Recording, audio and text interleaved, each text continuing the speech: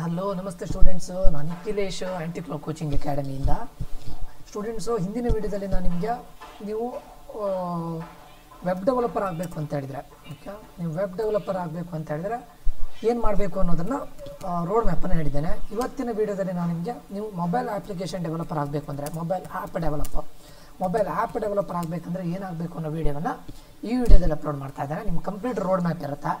ನೀವು after first year ನಿಮ್ಮ second ಇಯರಲ್ಲಿ ನಿಮಗೆ ಮೊಬೈಲ್ ಆ್ಯಪ್ ಡೆವಲಪರ್ ಆಗಿ ಇಂಟರ್ನ್ಶಿಪ್ ಬೇಕು ಅಂತಿದ್ರೆ ಸೊ ಇದನ್ನು ಫಾಲೋ ಮಾಡ್ಬೋದು. ಓಕೆ, ಈಗ ನೋಡಿ ಸ್ಟೂಡೆಂಟ್ಸ್, ಮೊಬೈಲ್ ಆ್ಯಪ್ ಡೆವಲಪ್ಮೆಂಟಲ್ಲಿ ನಮಗೆ 2 ಟೈಪ್ಸ್ ಇರುತ್ತೆ. ಒಂದು ನೇಟಿವ್ ಆ್ಯಪ್ ಡೆವಲಪರು, ಇನ್ನೊಂದು ಕ್ರಾಸ್ ಪ್ಲಾಟ್ಫಾರ್ಮ್ ಅಂತ ಕರೀತಾರೆ, cross platform. Okay, so native app developer ಅಂತ ಹೇಳಿದರೆ ಎಕ್ಸ್ಕ್ಲೂಸಿವ್ ಆಗಿ ಫಾರ್ ಆ್ಯಂಡ್ರಾಯ್ಡ್ ಅಥವಾ ಎಕ್ಸ್ಕ್ಲೂಸಿವ್ಲಿ ಫಾರ್ iOS, ಅದನ್ನು ನೇಟಿವ್ ಆ್ಯಪ್ ಡೆವಲಪರ್ ಅಂತ ಕರೀತಾರೆ. ಅಂದರೆ ಆ್ಯಂಡ್ರಾಯ್ಡ್ ಮೊಬೈಲಿಗೆ ಮಾತ್ರ ಆಗುತ್ತೆ, iOS ಮೊಬೈಲಿಗೆ ಮಾತ್ರ ಆಗುತ್ತೆ. ಕ್ರಾಸ್ ಪ್ಲಾಟ್ಫಾರ್ಮ್ ಅಂತ ಹೇಳಿದರೆ both Android as well as for Android and iOS for both. ಆವಾಗ ಅದನ್ನು ನಾವೇನಂತ ಕರಿತೇವೆ, so which is known as cross platform. ಆಯಿತಾ, ಈಗ ನೋಡಿ, ನೀವು ಆ್ಯಂಡ್ರಾಯ್ಡ್ ಮೊಬೈಲ್ ಅಪ್ಲಿಕೇಶನ್ ಡೆವಲಪರ್ ಆಗಬೇಕು ಅಂತಿದ್ರೆ ನೀವು ಜಾವಾವನ್ನು ಕಲಿಯಲೇಬೇಕಾಗತ್ತೆ. ಆಯಿತಾ, ಈದರ್ ಜಾವಾ ಆರ್ ಕಾಟ್ಲಿನ್. ನೋಡಿ ಸ್ಟೂಡೆಂಟ್ಸ್, ಜಾವಾ ನಿಮ್ಗೆ ಆಲ್ರೆಡಿ ಗೊತ್ತಿದ್ದರೆ ಜಾವಾದಿಂದ ಕಾಟ್ಲಿನಿಗೆ ನೀವು ಶಿಫ್ಟ್ ಆಗ್ಬೋದು ಈಸಿ, ಅದೇನು ಟಫ್ ಅಂತ ಅನ್ಸೋದಿಲ್ಲ. ಇಲ್ಲ ನೀವು ಹೊಸದಾಗಿ ಆ್ಯಂಡ್ರಾಯ್ಡ್ ಡೆವಲಪ್ಮೆಂಟ್ ಕಲಿಬೇಕು ಅಂತ ಹೊಸದಾಗಿ ಸ್ಟಾರ್ಟ್ ಮಾಡ್ತಾ ಇದ್ದರೆ ನೀವು ಕಾಟ್ಲಿನಿಗೆ ಹೋಗಿ. ಆಯಿತಾ, ಕಾಟ್ಲಿನ್ ತುಂಬ ರೀಸೆಂಟ್ ಡೇಸಲ್ಲಿ ತುಂಬ ಟ್ರೆಂಡಿಂಗಲ್ಲಿದೆ. So ಕಾಟ್ಲಿನನ್ನು ಕಲ್ತ್ಕೊಳ್ಳಿ students. ಅದೇ ನೀವು iOSಗೆ ಹೋಗಬೇಕು ಅಂತಿದ್ರೆ ಸ್ವಿಫ್ಟ್ ತುಂಬ ಯೂಸ್ ಆಗುತ್ತೆ. iOS ಅಂದರೆ ನಿಮ್ಮದು ಆ್ಯಪಲ್ ಆ್ಯಂಡ್ iOS ಆಪರೇಟಿಂಗ್ ಸಿಸ್ಟಮಿಗೆ ಹೋಗಬೇಕು ಅಂತಿದ್ರೆ ಸ್ವಿಫ್ಟನ್ನು ಕಲಿಬೇಕು. ಆ್ಯಂಡ್ರಾಯ್ಡಿಗೆ ಹೋಗಬೇಕಂದ್ರೆ ಜಾಸ್ತಿ ರೀಸೆಂಟ್ ಡೇಸಲ್ಲಿ ಕಾಟ್ಲಿನ್ ಅನ್ನೋದು ತುಂಬ ಟ್ರೆಂಡಿಂಗಲ್ಲಿದೆ. So learn Kotlin students. ಆಯಿತಾ, ನಿಮಗೆ ಕ್ರಾಸ್ ಪ್ಲಾಟ್ಫಾರ್ಮ್ ಹೋಗ್ಬೇಕಂತ ಹೇಳಿದರೆ ನಿಮಗೆ ರಿಯಾಕ್ಟ್ ನೇಟಿವ್ ಅಂತಿದೆ, ಇದಕ್ಕೆ ಹೋಗ್ಬೋದು. ಆರ್ ನೀವು ಫ್ಲಟರ್ ಅಂತಿದೆ. So either React Native or Flutter ಯಾವುದಾದ್ರೂ ಫೈನ್. ನೀವು ಕ್ರಾಸ್ ಪ್ಲಾಟ್ಫಾರ್ಮ್ಗೆ ಹೋಗ್ತೀನಿ ಅಂತಿದ್ರೆ ರಿಯಾಕ್ಟ್ ನೇಟಿವ್ ಹೋದ್ರು ಓಕೆ, ಅದ್ರ ಫ್ಲಟರ್ಗೆ ಹೋದ್ರು ಓಕೆ. ಬಟ್ ನಾನು ಹೇಳೋದು ಏನಂತ ಹೇಳಿದ್ರೆ, ಸ್ಟಾರ್ಟ್ ಮಾಡ್ತಾ ಇದ್ದೀರಲ್ಲ, ಗೋ ಫಾರ್ ಕಾಟ್ಲಿನ್ ಸ್ಟೂಡೆಂಟ್ಸ್. ಈ ಕ್ರಾಸ್ ಪ್ಲಾಟ್ಫಾರ್ಮ್ ಅದೆಲ್ಲ ಮುಂದೆ ಕಲಿಬೋದು ನೀವು. iOS ಫಸ್ಟ್ ನೀವು ಕಾಟ್ಲಿನನ್ನು ಕಲ್ತ್ಕೊಳ್ಳಿ. ಯಾಕಂದರೆ ಆ್ಯಂಡ್ರಾಯ್ಡ್ ಇಂಡಿಯಾದಲ್ಲಿ 95%, ನಾನು ಇಂಡಿಯಾದ ಬಗ್ಗೆ ಮಾತಾಡ್ತಾ ಇರೋದು, 95% ಯೂಸರ್ಸ್ ಇರೋದು ಆ್ಯಂಡ್ರಾಯ್ಡ್ ಡೆವಲಪರ್. ಓನ್ಲಿ 3 to 4% ಯಾವುದನ್ನು ಯೂಸ್ ಮಾಡ್ತಾರೆ, iOS ಅನ್ನು ಯೂಸ್ ಮಾಡ್ತಾರೆ. So better to go for Kotlin. Start with ಕಾಟ್ಲಿನಿಂದ ಸ್ಟಾರ್ಟ್ ಮಾಡಿ. ಆಯಿತಾ, ಸೊ ಇದು ನಿಮಗೆ ಯಾವುದಕ್ಕೆ ಮೊಬೈಲ್ ಆ್ಯಪ್ ಡೆವಲಪರಿಗೆ ಬೇಕಾಗಿರುವಂಥ ಒಂದು ಲ್ಯಾಂಗ್ವೇಜು. ಇದಾದ ನಂತರ ನೀವು ಮತ್ತೆ ಬ್ಯಾಕ್ ಎಂಡ್. ಆಯಿತಾ, ಸೊ ಒನ್ ಟೈಮ್ ನೀವು ಯಾವುದೋ ಒಂದು ಪ್ರೋಗ್ರಾಮಿಂಗ್ ಲ್ಯಾಂಗ್ವೇಜನ್ನು ಕಲಿತ ನಂತರ ಒಂದು ಸ್ಮಾಲ್ ಪ್ರಾಜೆಕ್ಟನ್ನು ಮಾಡಿ.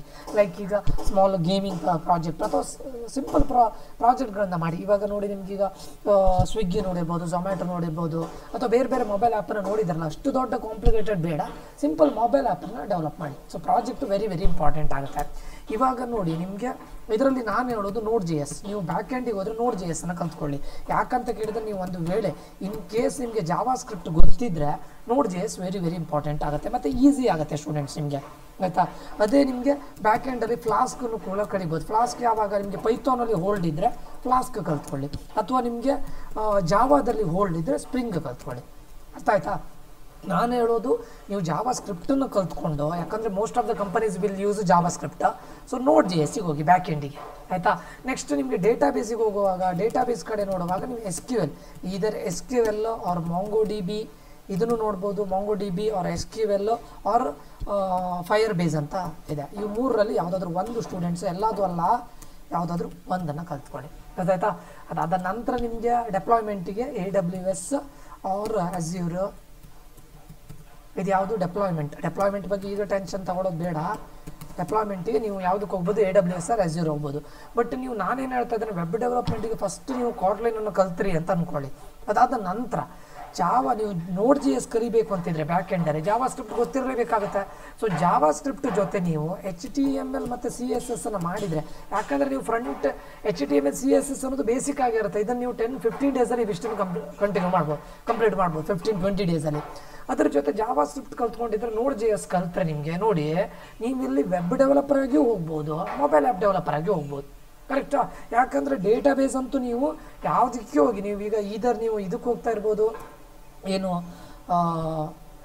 ಹೇಳ್ತಾರೆ, ಮೊಬೈಲ್ ಆ್ಯಪ್ ಡೆವಲಪರ್ ಆಗಿ ಹೋಗಿರ್ಬೋದು, ಅಥವಾ ವೆಬ್ ಡೆವಲಪರ್ ಆಗಿ ಹೋಗ್ಬೋದು. ಆವಾಗ ಡೇಟಾಬೇಸ್ ಬೇಕೇ ಬೇಕು, SQL ಫಾರ್ ಬೋತ್. ಇಲ್ಲವಾಗೆ ಬ್ಯಾಕ್ ಎಂಡಿಗೆ ನಿಮಗೆ Node.js ಬೇಕೇ ಬೇಕು. ಕರೆಕ್ಟಾ? ಸೊ ಡೆಪ್ಲಾಯ್ಮೆಂಟ್ ಎನಿವೆ ಇದು ನಾನು ಅಷ್ಟು ಇದು ಮಾಡೋದಿಲ್ಲ. ಇಲ್ಲಿ ನೀವು HTML CSS ಅನ್ನು ಕಲ್ತ್ಕೊಂಡ್ರೆ ಇಲ್ಲಿ Node.js ಕಲಿತೀರಂತಾದರೆ ಜಾವಾ ಸ್ಕ್ರಿಪ್ಟ್ ಬೇಕು. ಜಾವಾ ಸ್ಕ್ರಿಪ್ಟ್ ಬೇಕು ಅಂತ ಹೇಳಿದ್ರೆ ಜೊತೆ HTML CSS ಕಲ್ತ್ರೆ ನೀವು ವೆಬ್ ಡೆವಲಪರ್ ಆಗಿ ಹೋಗ್ಬೋದು, ಮೊಬೈಲ್ ಆ್ಯಪ್ ಡೆವಲಪರ್ ಆಗಿ ಹೋಗ್ಬೋದು. ಸೊ ನಾನು ನಿಮ್ಗೆ ಓವರಾಲ್ ಆಗಿ ಏನು ಹೇಳ್ತೇನೆ ಕೇಳಿದರೆ, ಸ್ಟಾರ್ಟ್ ವಿತ್ HTML ಆಯಿತಾ, ಅದಾದಮೇಲೆ CSS, ಅದಾದಮೇಲೆ ಜಾವಾ ಸ್ಕ್ರಿಪ್ಟ್. ಇದು ಹೋದರೆ ನೀವು ಫ್ರಂಟ್ ಎಂಡ್ ಆಗಿ ಹೋಗ್ಬೋದು, ನೀವು ಫ್ರಂಟ್ ಎಂಡ್ ಡೆವಲಪರ್ ಆಗಿ ಹೋಗ್ಬೋದು ಒಂದು. ಇನ್ನೊಂದು ಜಾವಾ ಸ್ಕ್ರಿಪ್ಟ್ ಕಲ್ತಾದ್ಮೇಲೆ ಇದ್ರ ಜೊತೆ Node.js ಕಲ್ತ್ರೆ ಇದೇನಾಗುತ್ತೆ, ಬ್ಯಾಕ್ ಎಂಡ್ ಲ್ಯಾಂಗ್ವೇಜು ಆಯಿತು. ಜಾವಾ ಸ್ಕ್ರಿಪ್ಟ್ ಜೊತೆ Node.js ಕಲ್ತ್ರೆ, ಜಾವಾ ಸ್ಕ್ರಿಪ್ಟ್ ಕಲ್ತ್ರೆ Node.js ಈಸಿ ಆಗುತ್ತೆ ನಿಮಗೆ ಅಲ್ವಾ. ಸೊ ಇದು ಕಲ್ತ್ರೆ ಅದ್ರ ಜೊತೆ ನೀವು ಯಾವುದಾದ್ರೂ ಒಂದು ಕಾಟ್ಲಿನ್, ಈಗ ಮೊಬೈಲ್ ಆ್ಯಪ್ ಡೆವಲಪರಿಂಗ್ ಅಂತ ಹೇಳಿದ್ರೆ ಕಾಟ್ಲಿನ್ ಆರ್ ಜಾವಾ ಆಯಿತಾ. ನಾನು ಮೋಸ್ಟ್ ಪ್ರಿಫರೇಬಲಿ ಕಾಟ್ಲಿನ್ ಬಗ್ಗೆ ಮಾತಾಡ್ತೇನೆ, ಯಾಕಂತ ಕೇಳಿದ್ರೆ ರೀಸೆಂಟ್ ಡೇಸಲ್ಲಿ ಅದನ್ನು ಯೂಸ್ ಮಾಡ್ತಾ ಇದ್ದಾರೆ. ಅದ್ರ ಜೊತೆ SQL ಕಲ್ತ್ರೆ, SQL ವೆರಿ ಈಸಿ ಸ್ಟೂಡೆಂಟ್ಸ್. ನೀವು SQL ತೊಗೊಳ್ಬೋದು, MongoDBನೂ ತೊಗೊಳ್ಬೋದು, ಅಥವಾ ಯಾವುದು ತೊಗೊಳ್ಬೋದು, ನೀವು ಫೈರ್ ಬೇಸನ್ನು ತೊಗೊಳ್ಬೋದು SQL ಕಲ್ತ್ರೆ. ಸೊ ಅಲ್ಲಿಗೆ ನೀವು ಆಲ್ಮೋಸ್ಟ್ ಫ್ರಂಟ್ ಎಂಡ್ ಡೆವಲಪರ್ ಆಗಿ ಹೋಗ್ಬೋದು, ಬ್ಯಾಕ್ ಎಂಡ್ ಡೆವಲಪರ್ ಆಗಿ ಹೋಗ್ಬೋದು, ಮೊಬೈಲ್ ಆ್ಯಪ್ ಡೆವಲಪರ್ ಆಗಿ ಹೋಗ್ಬೋದು, ವೆಬ್ ಅಪ್ಲಿಕೇಶನ್ ಡೆವಲಪರ್ ಆಗಿ ಹೋಗ್ಬೋದು ಅಲ್ವಾ. ಸೊ ಅದಾದಮೇಲೆ ಈಗ ಇನ್ ಕೇಸ್ ಫಸ್ಟ್ ಇಯರಲ್ಲಿ ಇದಿಷ್ಟು ಮಾಡಿದ್ರಿ ಅಂತ ಅಂದ್ಕೊಂಡ್ರೆ, ಕಾಟ್ಲಿನ್, HTML CSS Java script SQL ಆದರೆ ನಿಮ್ಗೆ ಇನ್ ಕೇಸ್ ಆದರೆ AWS ಅಥವಾ ಇದಕ್ಕೆ ಹೋಗಿ Azure ಆಯಿತಾ. ಇದಾದರೆ ಮಾತ್ರ, ಬೇಕಂತ ನಾನು ಹೇಳ್ತಾ ಇಲ್ಲ. ಸೊ ಇದಿಷ್ಟು ಮಾಡಿದರೆ ನೀವು ಆಲ್ಮೋಸ್ಟ್ ಒಂದು ಸೇಫರ್ ಸೈಡಲ್ಲಿ ಇರ್ತೀರಾ ಸ್ಟೂಡೆಂಟ್ಸ್, ಅರ್ಥ ಆಯ್ತಾ. ಅಂದರೆ ನೀವು ಯಾವುದು ಮೊಬೈಲ್ ಆ್ಯಪ್ ಡೆವಲಪರ್ ಆಗಿ ಹೋಗ್ಬೋದು, ವೆಬ್ ಡೆವಲಪರ್ ಆಗಿ ಹೋಗ್ಬೋದು. ಇದು ನಾನು ಯಾವಾಗ ಹೇಳ್ತಾ ಇರೋದು, ಸ್ಪ್ರಿಂಗ್, ನೀವು ಜಾವಾ ಕಲ್ತಿದ್ರೆ ಸ್ಪ್ರಿಂಗ್, ಪೈಥಾನ್ ಕಲ್ತಿದ್ರೆ ಫ್ಲಾಸ್ಕ್, ಜಾವಾ ಸ್ಕ್ರಿಪ್ಟ್ ಕಲ್ತಿದ್ರೆ Node.js. ಅಲ್ಲಿ ನೋಡಿ ನಿಮಗೆ ಟೋಟಲ್ ಪ್ರೋಗ್ರಾಮಿಂಗ್ ನೋಡಿ, ಇಲ್ಲಿ ಜಾವಾ ಸ್ಕ್ರಿಪ್ಟು ಬಂದಿರುತ್ತೆ, Node.js ಬಂದಿರುತ್ತೆ, ಕಾಟ್ಲಿನೂ ಬಂದಿರುತ್ತೆ. ಇದು ಜಾವಾ ಸ್ಕ್ರಿಪ್ಟ್ ಅಲ್ಲ, ಇದು ಜಾವಾ. ಇಲ್ಲಿ Kotlin, JavaScript, Node.js, CSS, HTML, SQL, ಅಲ್ಲಿಗೆ back end complete, front and back end complete ಆಗುತ್ತೆ. ಓಕೆ, ಸೊ ಇದಿಷ್ಟನ್ನು ನೀವು ಫಸ್ಟ್ ಇಯರ್ಲಿ ಕಂಪ್ಲೀಟ್ ಮಾಡಿ, ಸ್ಟಾರ್ಟ್ ಮಾಡಿ. ಸೊ ಅಂದರೆ ಕಂಪ್ಲೀಟ್ ಮಾಡಿ. ಒಂದು HTML CSS JavaScript very basic. ಅದಾದ ನಂತರ ನೀವು ಬೇಕಾದರೆ Node.jsಗೆ ಹೋಗಿ, ಅಥವಾ ಡೈರೆಕ್ಟ್ ಬೇಕಾದರೆ ಕಾಟ್ಲಿನಿಗೆ ಹೋಗಿ. ಇಲ್ಲ ನಾನು Node.js ಮಾಡೋದಿಲ್ಲ, ಕಾಟ್ಲಿನಿಗೆ ಹೋಗ್ತೇನೆ ಅಂದರೆ ಕಾಟ್ಲಿನಿಗೆ ಹೋಗಿ. ಕಾಟ್ಲಿನ್ ಆದಮೇಲೆ ಬೇಕಾದರೆ Node.js ಮಾಡಿ, Node.jsನ ನಂತರ SQL ಪ್ಯಾರಲಲ್ಲಿ ಮಾಡ್ತಾ ಬರ್ಬೋದು. ಅದನ್ನು ಮಾಡಿದರೆ ನಿಮಗೆ ಅಪಾರ್ಚುನಿಟಿ ನೋಡಿ, ನಿಮಗೆ ಫ್ರಂಟ್ ಎಂಡ್ ಡೆವಲಪರ್ ಆಗಿ ಹೋಗ್ಬೋದು, ಫ್ರಂಟ್ ಎಂಡ್, ಮತ್ತು ವೆಬ್ ಡೆವಲಪರ್ ಆಗಿ ಹೋಗ್ಬೋದು, ಆ್ಯಪ್ ಡೆವಲಪರ್ ಆಗಿ ಹೋಗ್ಬೋದು, ಬ್ಯಾಕ್ ಎಂಡ್ ಯಾವುದು ನಿಮ್ಮದು ಇದರಲ್ಲಿ ಹೋಗ್ಬೋದು, ಯಾವುದು ಡೇಟಾಬೇಸ್ ಅಡ್ಮಿನಿಸ್ಟ್ರೇಟರ್ ಆಗಿ ಹೋಗ್ಬೋದು SQL ಕಲ್ತಿದ್ರೆ. ಸೊ ಇದೆಲ್ಲ ಅಪಾರ್ಚುನಿಟಿಗಳು ಸಿಗುತ್ತೆ ನಿಮಗೆ. ಅದಕ್ಕೋಸ್ಕರ start with this one, HTML CSS Java script first complete ಮಾಡಿ, ದೆನ್ Node.js, ಕಾಟ್ಲಿನ್, ದೆನ್ SQL. ಇದೆಲ್ಲ ಮಾಡಿದರೆ ಅಪಾರ್ಚುನಿಟಿ ತುಂಬ ಇರುತ್ತೆ students. By the end of the first year ಮಾಡಿದರೆ ನಿಮಗೆ ಸೆಕೆಂಡ್ ಇಯರ್ಲಿ ಇಂಟರ್ನ್ಶಿಪ್ ಸಿಗುತ್ತೆ. ಇನ್ ಕೇಸ್ ಫಸ್ಟ್ ಇಯರ್ ಆಗದೆ ಇದ್ದರೆ ದಯವಿಟ್ಟು ಸೆಕೆಂಡ್ ಇಯರ್ಲಾದರೂ by the end of second year complete ಮಾಡಿ. ಮತ್ತು ಎಲ್ಲದ್ರ ಮೇಲೆ ಒಂದೊಂದು ಪ್ರಾಜೆಕ್ಟ್ ಮಾಡಿ.